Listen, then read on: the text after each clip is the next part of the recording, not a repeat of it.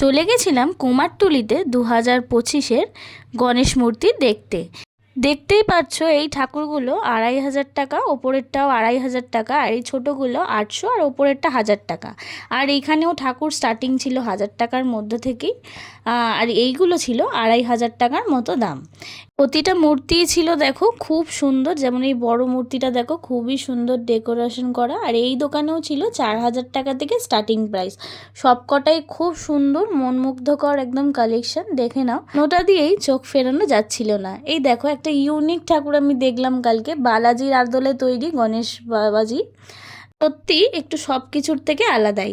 আর এনাকে দেখো, ইনি একদম বর সেজে বসে আছেন। এই দোকানে আরও কিছু কালেকশন ছিল, সত্যিই সব কটা দিয়ে চোখ ফেরানো যাচ্ছে না, সব কটাই সব কটার থেকে আলাদা। আর এগুলো দেখো, এইগুলো একটু বড়োর মধ্যে। আর এখানেও দেখো এটাও বড় ঠাকুর, এগুলো এই 3000, 4000, 5000 এই রকমের মধ্যেই দাম বলছিল।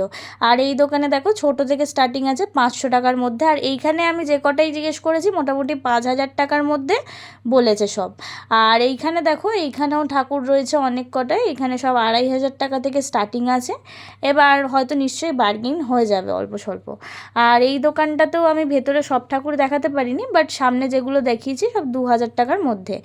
কুমারটুলি থেকে বেরিয়ে রাস্তার দুধারে এরকম আরও অনেক দোকান দেখতে পাওয়া যাবে।